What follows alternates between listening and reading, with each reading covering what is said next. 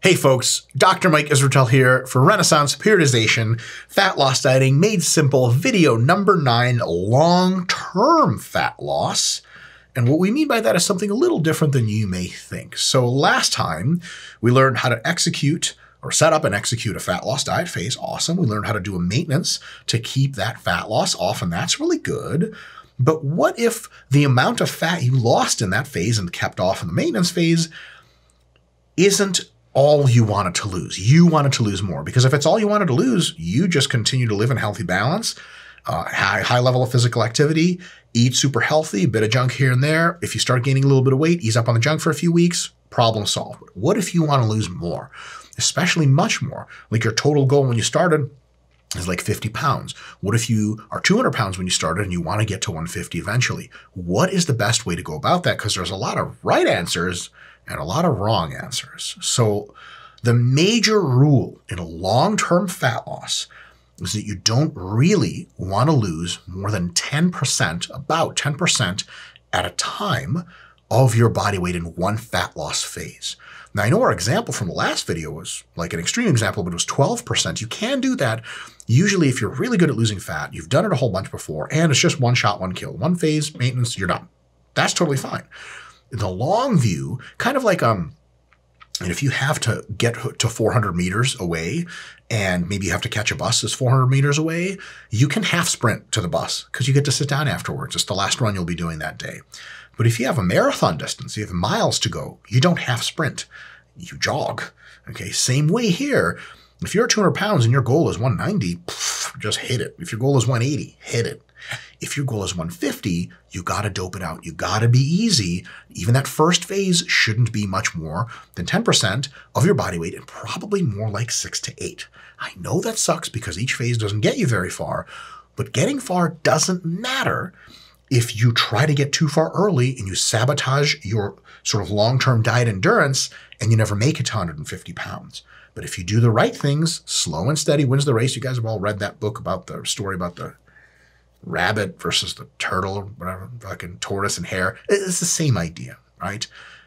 That's legit stuff. It really does work. So here we go. A few tips for long-term fat loss. First, perform your first fat loss phase, then the maintenance phase after it, just as described in all the other videos. Next, perform your second fat loss phase only if you feel no diet fatigue at all, no low energy, no hunger, no crazy cravings, no trepidation about starting a diet. You honestly, in every part of your being, you're like, dude, I can rock this next diet, no problem. Then you're ready. Usually that means you're maintained for one time the length of the last diet. So if you dieted for 12 weeks, that means you maintain for 12, right? There's no rush. Huge point.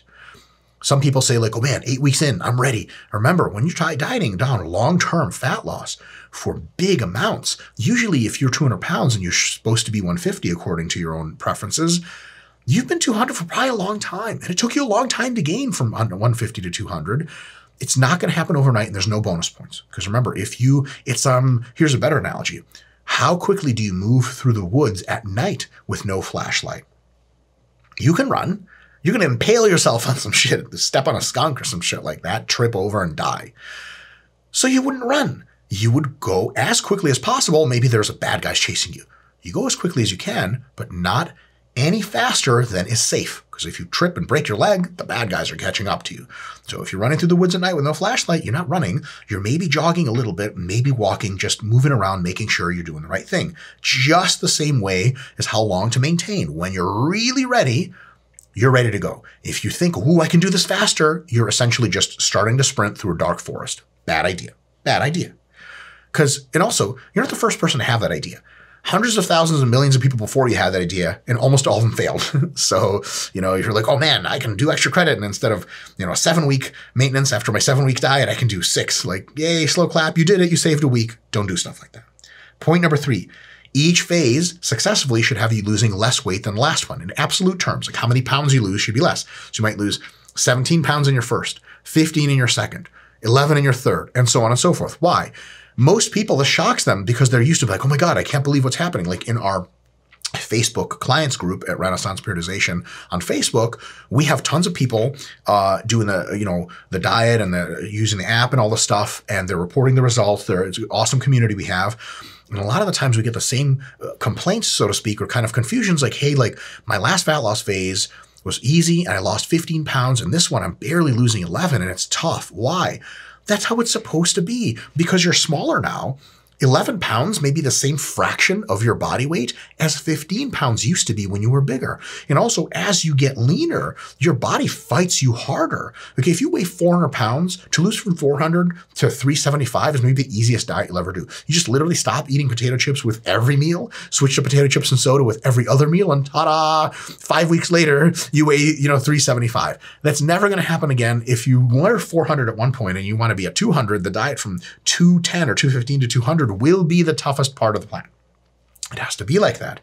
So know in advance and plan shorter, less aggressive diets, okay? They can be longer too, but then the rate of weight loss has to be lower because your body fights you harder, okay? So if you lost 10% in your first diet, you can try to lose 10% again in your second diet, but I would recommend something like 8 or 9, and then something like 6 or 7, and then something like 5 or 6, and then voila, you're done. And the entire time you did it right and never failed to be on plan.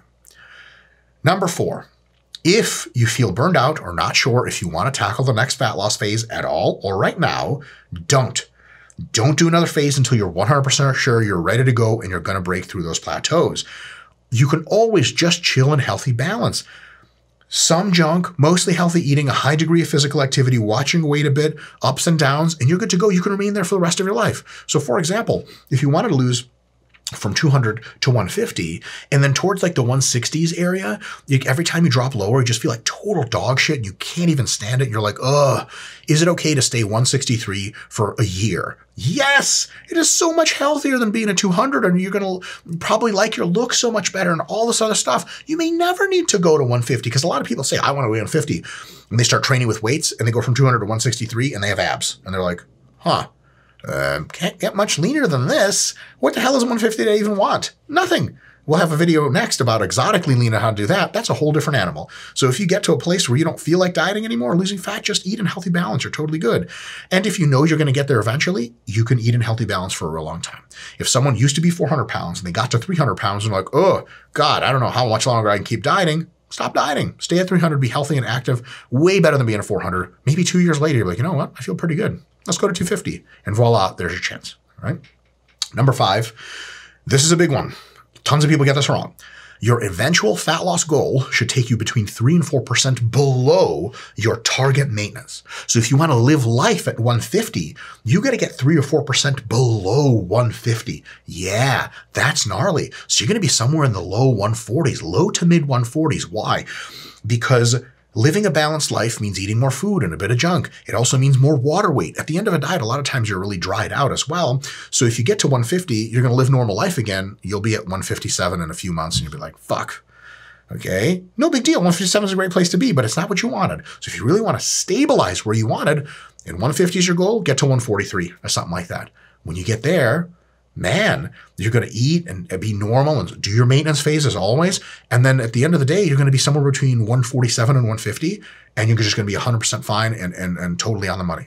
Mission accomplished. So make sure you go a little further than you want to, okay? And number 6, last one. There's always going to be a pull back up. Usually your fat cells multiply when you gain fat, but they just get smaller individually when you lose fat, and their pull on nutrients is still something. There's a bunch of psychological brain mechanisms involved, which means that if you've ever weighed 400 pounds and you get back to 200 pounds compared to your identical twin that always weighed 200 pounds, you're going to be more likely to try to regain that weight back. Your hunger is going to be a little there. Your tendency to be physically active is going to be a little lower. So you have to be a little bit proactive all the time. I know it kind of blows, but there are prices to pay for getting super, super overweight. Here's the thing. They're not super expensive prices. All you have to do is a few things. 1 is stay super active, which is fun and it's better for your life anyway and it's super healthy, right? Number 2 is eat mostly healthy foods. Number 3 is you can have some junk binges and low activity binges as long as you get back to the healthy train of high activity and healthy food afterwards, okay? Because if you completely fall off, oh, you're going to be headed back up in that direction. But if, you have like Thanksgiving weekend and you don't even remember it because you ate a bunch of, popcorn and chips and pizza and clown body parts, my favorite food, holy shit, I gained 7 or 17 pounds of body water. Oops, back to the health train. And by Christmas, you're exactly where you're supposed to be body weight. Christmas, 3 or 4 days there's crazy again, back on the health train. And then the next time you go crazy is you take a cruise with your family in March, and just those little pulsatile things, as long as you come back to healthy activity and modulate your food intake, no problem at all. The regular people that have never been super heavy, they can just sort of naturally tend to just bounce back themselves. You have to be proactive about it. Not all the time, just sometimes, right? If your body weight especially gets about 2.5% higher than it's normally been and stays there for a few weeks, be easy on the junk until it falls back down. And there's your formula for long-term success. That's about it. Be realistic, be patient. The biggest factor with long-term success, if you have the drive, is time. Okay, no amount of drive replaces time. If you're ultra motivated, you can't do things faster than everyone. You can just do the things that take a long time well, and that's what gets you ahead. Consistency, balance, and time, they'll have you reaching, any pretty realistic goal that you want. And now you have all the power to do that because you know all the stuff from all these videos. Next time, our last video series will be about, okay, you got lean, but what if you want to get exotically lean, bodybuilding lean, or something like that? That's a whole different animal, tons of different tips. We'll see you next week for that video.